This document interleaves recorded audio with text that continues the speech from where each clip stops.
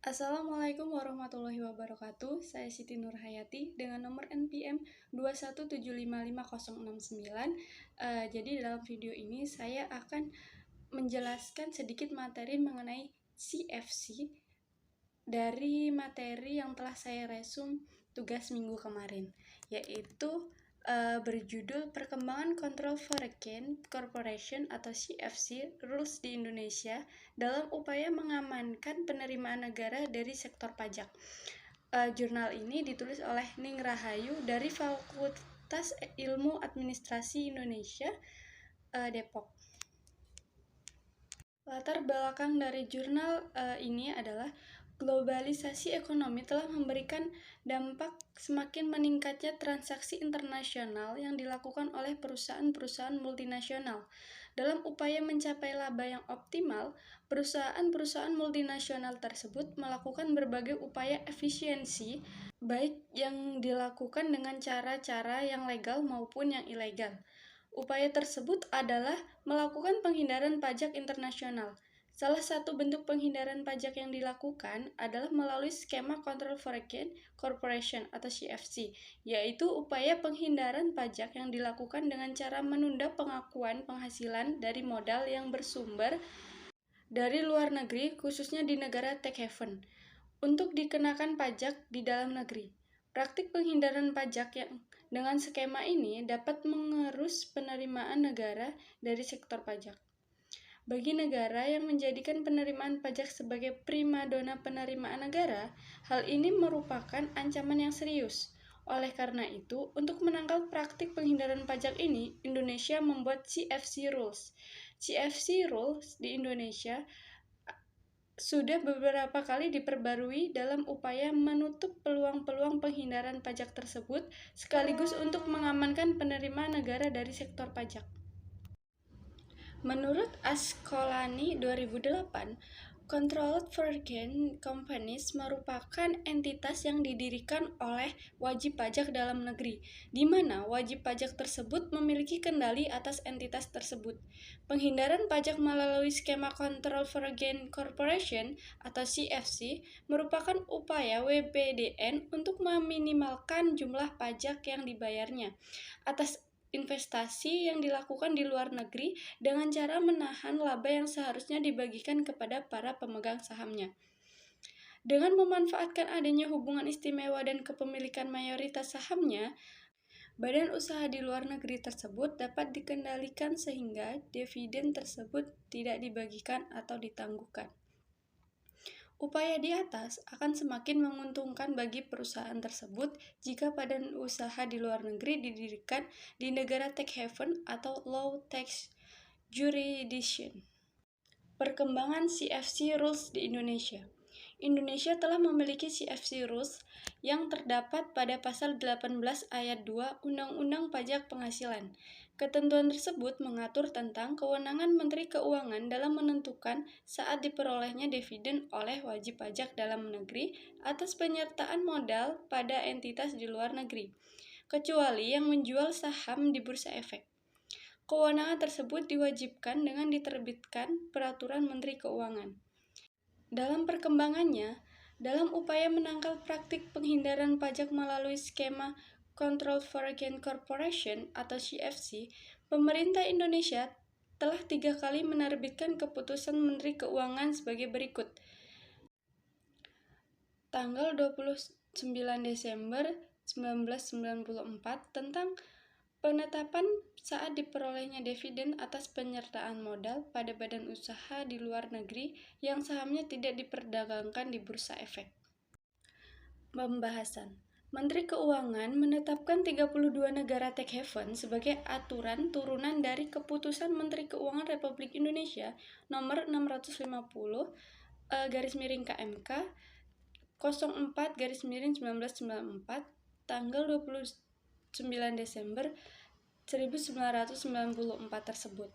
Direktorat Jenderal Pajak menerbitkan surat edaran Direktur Jenderal Pajak nomor SE 22/PJ 4/1995 tanggal 26 April 1995 tentang dividen dari penyertaan modal pada badan usaha di luar negeri yang sahamnya tidak diperdagangkan di Bursa Efek, serta Surat Edaran Direktur Jenderal Pajak nomor 35/PJ 4/1995 pada tanggal 7 Juli 1995 tentang penegasan lanjut atas dividen dari penyertaan modal pada badan usaha di luar negeri yang sahamnya tidak diperdagangkan di Bursa Efek.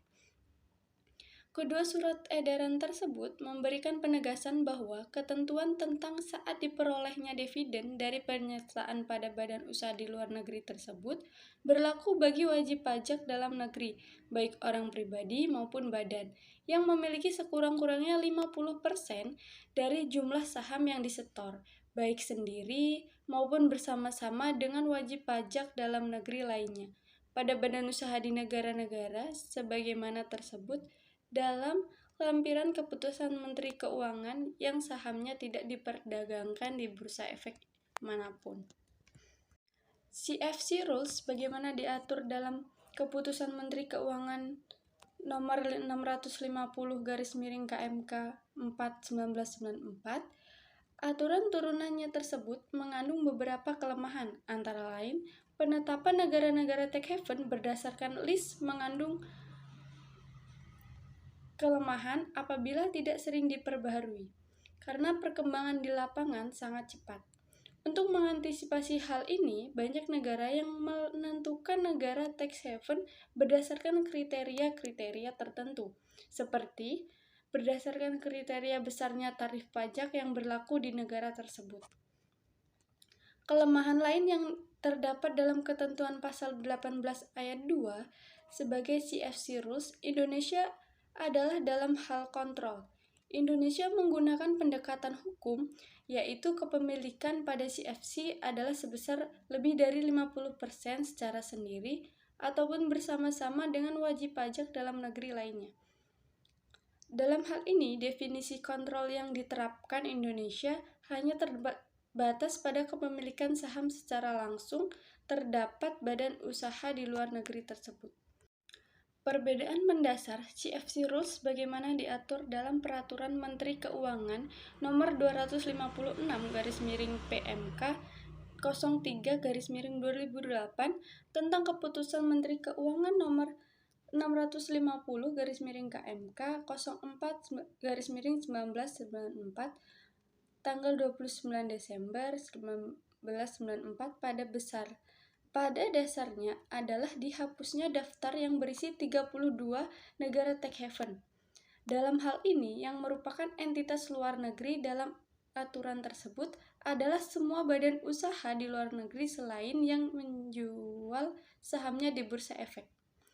Sementara itu, ketentuan terkait dengan pengertian wajib pajak dalam negeri selaku pemegang saham, besarnya penyertaan modal pada badan usaha di luar negeri, jenis penghasilan CFC, yaitu laba setelah pajak, jangka waktu pengakuan dividen, atribusi penghasilan, dan ketentuan terkait kredit pajak tidak mengalami perubahan dibandingkan dengan keputusan Menteri Keuangan sebelumnya.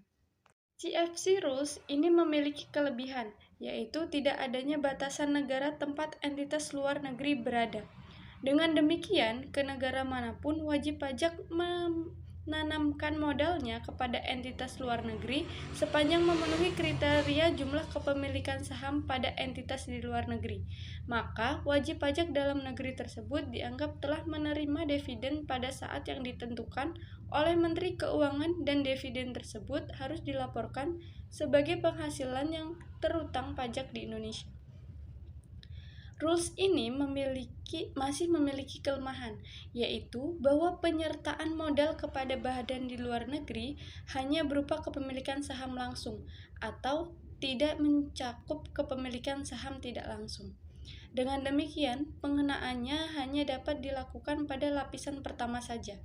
Sementara terhadap kepemilikan pada lapisan kedua dan lapisan selanjutnya, ketentuan CFC Rules tidak dapat diterapkan. Dengan mengacu pada ketentuan di atas, maka wajib pajak masih dapat melakukan penghindaran pajak dengan cara melakukan penguasaan CFC melalui entitas lain secara tidak langsung.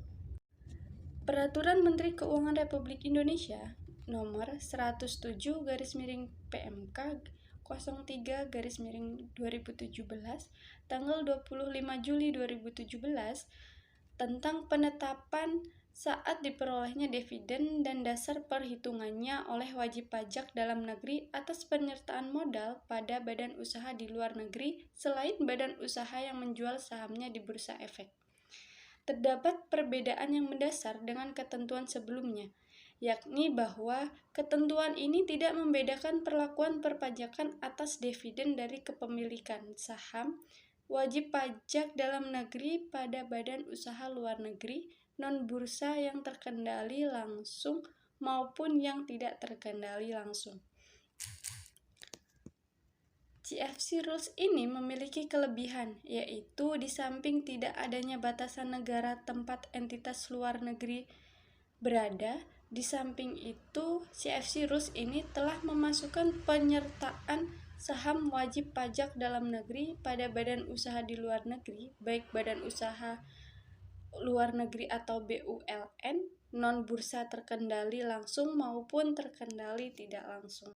Jadi, kesimpulan dari jurnal yang saya dapat tentang CFC adalah dilihat dari perkembangan CFC Rules di Indonesia menunjukkan bahwa aturan penangkal praktik penghindaran pajak melalui skema CFC terus diperketat untuk menutup peluang-peluang praktik penghindaran pajak di Indonesia. Melalui CFC Rules ini diharapkan prinsip worldwide income terhadap wajib pajak dalam negeri yang dikenakan pajak atas penghasilan baik yang bersumber dari dalam negeri maupun di luar negeri dapat diterapkan dengan baik. Dengan demikian, diharapkan upaya optimalisasi penerimaan negara dari sektor pajak telah tercapai. Baik, itu saja yang dapat saya sampaikan. Kurang dan lebihnya saya mohon maaf. Saya akhiri. Wassalamualaikum warahmatullahi wabarakatuh.